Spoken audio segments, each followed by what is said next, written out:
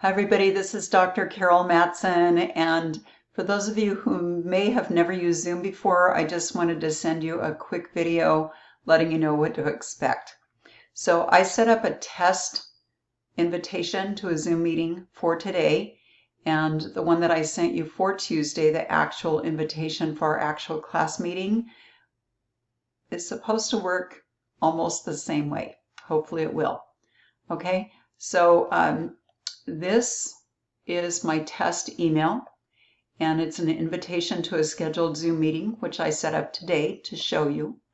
And there is a link here to join from a PC or an Android.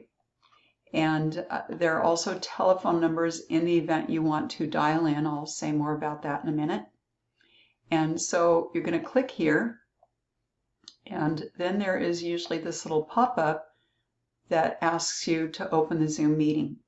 So you click there, and now this is basically what Zoom is going to look like, but instead of seeing my photograph here, you're going to see my actual video. But today I'm using video for Screencast-O-Matic. And if you don't see your video when you log on, it's because the red line is Xing out of starting your video. I would like for all of you to plan on being on video. So just be aware of that. I want to see all of your faces and hear all of your voices. And to join by audio, you have two choices. If you're using a computer, you can join with computer audio. If you're doing that, test the speaker and microphone.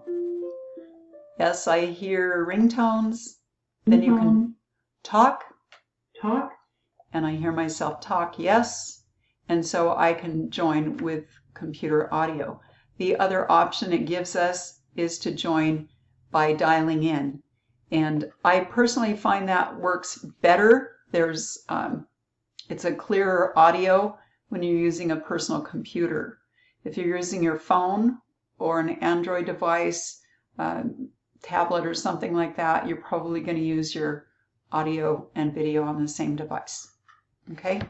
The other thing I want you to be aware of if you're kind of nervous about, I don't know, people seeing your messy room or whatever, is you can click here and choose a virtual background. You can actually upload images. They must be G-rated images for your background. And I've got an image of my dog and a flower and those kinds of things. So we can't see what's literally behind you. We can only see the image that you choose for us to see and your face. Okay? So anyways, this is a fun thing to do. It's the next best thing to being live in a classroom.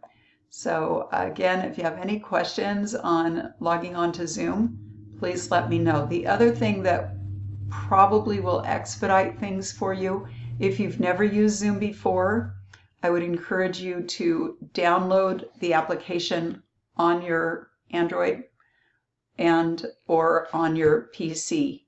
And the easiest way to do that is to go where you download anything, all of your apps, go to your app store and search for Zoom, or on your PC, go to Google or whatever and search for your application for Zoom.